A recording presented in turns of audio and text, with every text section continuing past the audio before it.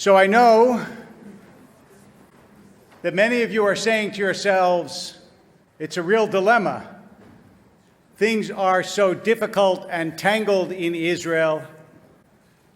I just don't know what to do. If only there was an organization that I could give to that was unambiguously good, that did things that nobody could possibly say aren't wonderful. If only there was such an organization. It is my great pleasure to introduce this Shabbat the Chief of Staff and Deputy Director of Magen David Adom, Uri Shacham.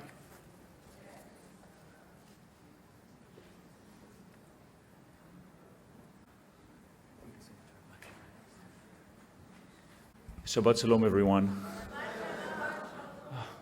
So, for those of you who don't know Magen David Adom, I'll speak about it in a minute.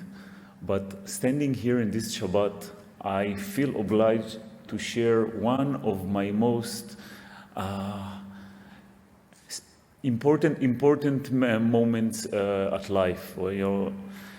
I was one of Magen David Adom delegates to Haiti after the devastating earthquake. And we were deployed in one of the field hospitals right in the center of Port-au-Prince. And in the first morning I'm there, I'm waking up, there are hundreds of people looking for our attention.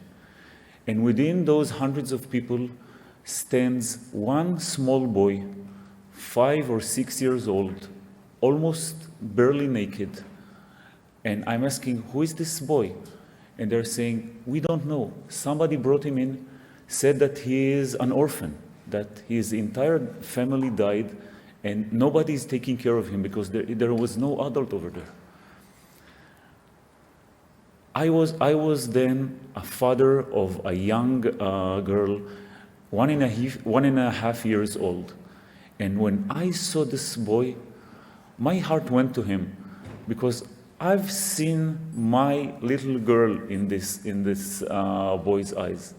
And as a Magen David Adom personnel, I couldn't stand aside thinking that there is nobody there for him. So as a Magen David Adom person, as an Israeli, as a Jew, I just went to him, picked him up in my arms, carried him into the place that we worked in, and for the next 2 weeks, all I did, besides taking care of others, is making sure that he is fed 3 times a day, that we got close to him, that he has a designated bed in one of the Red Cross tents. And I was pushing so hard because I said, we will be leaving in a month or 2 months. What would happen to this boy, Tijo? The name is Tijo. And 10 days after I first met him, I was able to get him to an orphanage. And not just an orphanage, like a UN orphanage, something that is, that brings him a future. And you know how you cry when you have your babies born, right? I cried 3 times in my life, which I can proudly say that I cried. This was the first time. When Tijo was sent to the orphanage, I said, I brought a ray of light to this boy's life. And when you ask me, Uri, why did you do this for this boy? I'm saying this because this is the spirit of Magen David Adom in Israel.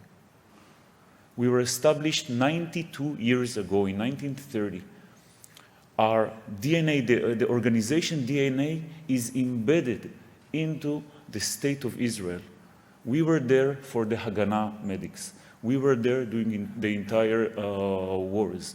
We were there in Yom Kippur War, in Lebanon War, during terror times.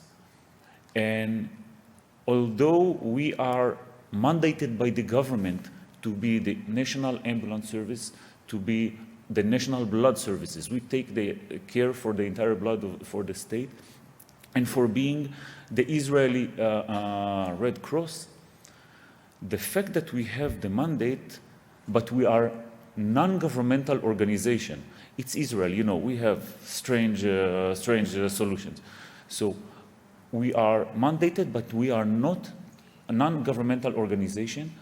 And the fact that we are an apolitical organization gives us one of our biggest strengths. And this is the diversity of the men and women that serve in Magen David Adom. When I look at you, at this congregation, it reminds me of the people of Magen David Adom. Everyone are welcomed in. It doesn't matter whether you are a Jew, an Arab, whether your parents are, or ancestors are Ashkenazim, Sfaradim, whether they came from Poland, Morocco, or Ethiopia. Once you believe in life-saving in the state of Israel, you have a place. And this is how we save life in the people of Israel. Having everyone in, assisting everyone impartially, without considering how you define yourself. As a Jew, as a Palestinian, as an Israeli, as a tourist, if you are in need, Magen David Adom is there for you, exactly like I was there for Tijo, the Haitian girl. And we use the best equipment there is. The best equipment because the best people in the world deserve the best equipment. And there is a very meaningful bond between the Jewish community in the world and Magen David Adom, because the entire equipment for Magen David Adom is donated by communities from around the world. 120 ambulances each year to serve the people of Israel and to allow our 30,000 volunteers to live their businesses, to live their families, to live their daily chores and go and assist others. And the technology that we implemented also incorporates the Jewish spirit of Arvut Hadadit and helping others, the Israeli mind of being a startup nation, and the spirit of Magen David Adom, because the one that actually write the code, those one that actually develop our softwares, you know who are they? Ultra-Orthodox women. This is what they do. They sit and they write the code to help others without knowing who they are going to help. But this is Magen David Adom's spirit. And when, at the end of the day, this all comes into a whole solution, into a whole spirit. So yes, we are the National Ambulance Services, we are the National Blood Services, and we are the Israeli Red Cross. We've been to Turkey, we've been to Ukraine, we've been to Haiti, all around. Wherever somebody is in need, the compassion of Magen David Adom people is there for him. So when people support Magen David Adom, they support life-saving in the state of Israel, but they support something much larger than this. They support the basic values that we believe in as Jews, that we form the state of Israel in. So thank you so much for having me today. It really is a pleasure seeing all of you and this great atmosphere that we have here. Thank you.